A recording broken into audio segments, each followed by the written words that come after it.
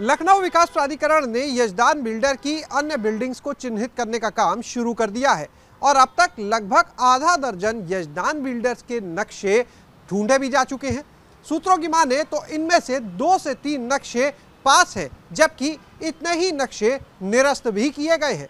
अब एलडीए इन नक्शों के आधार पर इन बिल्डिंग्स की लोकेशन और उससे जुड़ी हुई अन्य जानकारी तलाशने में जुटा हुआ है। एलडीए ने पिछले साल जब यजदान बिल्डर की प्राग नारायण रोड पर बनी हुई 6 मंजिला इमारत के कागजात ढूंढे तो सामने आया कि वो 6 मंजिला अपार्टमेंट नजूल की जमीन पर बने थे, उनका कोई नक्शा ही पास नहीं था। इसके बाद में उस बिल्डिंग को ध्वस्त करने का काम किया गया।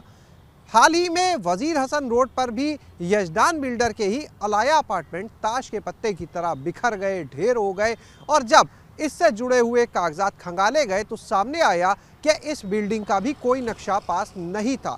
इतना ही नहीं बल्कि 2010 में इस बिल्डिंग को गिराने के भी आदेश किए गए थे, लेकिन इसके बावजूद उन फाइलों को भी एलडीए के अधिकारी दबाकर बैठ गए।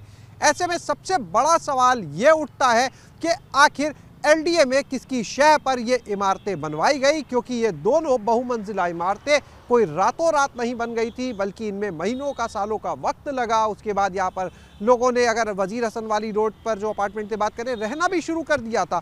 तो आखिर किसकी शह पर ये अपार्टमेंट बने थे, कौन थे इसके जिम्मेदार? अब उनकी भी जाँच होनी चाहिए और देखना होगा कि उनके ऊपर कोई कार्रवाई की जाती है या नहीं।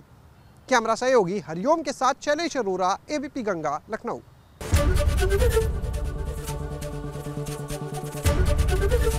एबीपी गंगा, खबर आपकी, जुबान आपकी।